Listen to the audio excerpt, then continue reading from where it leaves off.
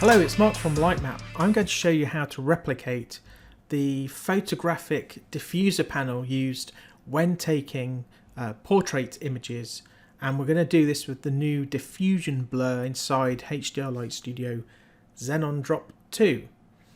So here we have a render coming from Maya and Arnold of this fantastic portrait. It is very slow to render. We've got subsurface scattering, we've got hair. I've optimized it as much as I can, and we're allowing the computer to use 8 cores for that rendering at the moment. So what we want to do is we've got this bright sun on this HDRI map, and it's causing very harsh highlights and shadowing on this, and we want it to be more flattering. So a photographer would place a diffuser panel between the sun and the subject, and now we can replicate this effect. So let's go to our HDRI map and duplicate this light.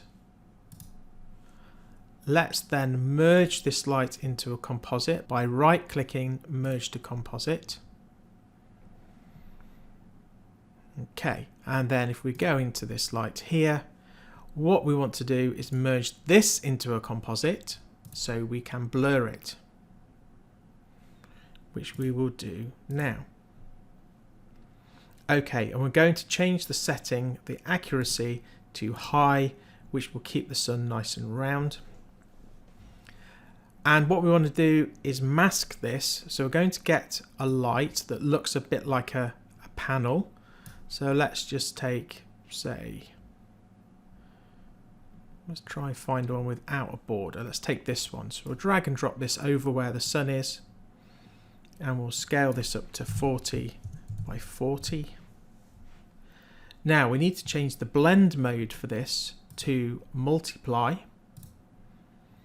and then we need to turn the mask feature on, and then if we look at the HSV-A to see where the alpha is, we need to turn off preserve alpha, because that is taking the alpha of the HDRI map, which is solid.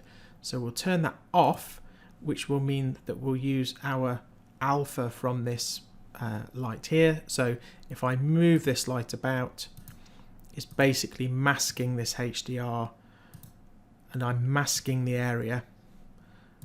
And then we'll change this percentage to, say, 10% diffusion. Now we'll go back to our base canvas. So we've got our base HDR, which is not blurred. Then if we select this light, we need to change the blend mode to over. And then this is properly conserving the light energy. So now we've got this part, and then replacing in this area is this part with the blur. So now if I go in here, pick that composite and put the blur level to 0,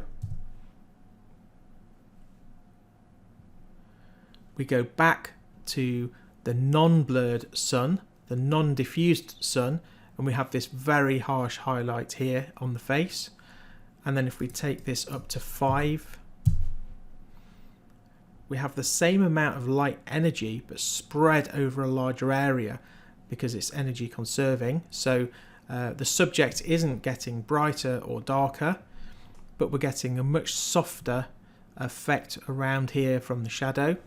And if we turn this up to 10% diffusion, this is really nicely diffused, like it's through a nice thick fabric that's spreading out that brightness. And then we have a much more pleasing final render, which is really well lit. So we'll let that cook, and then I'll show you a before and after of the final render with and without that diffusion panel.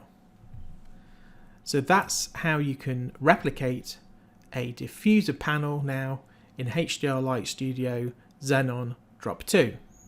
Thanks for watching.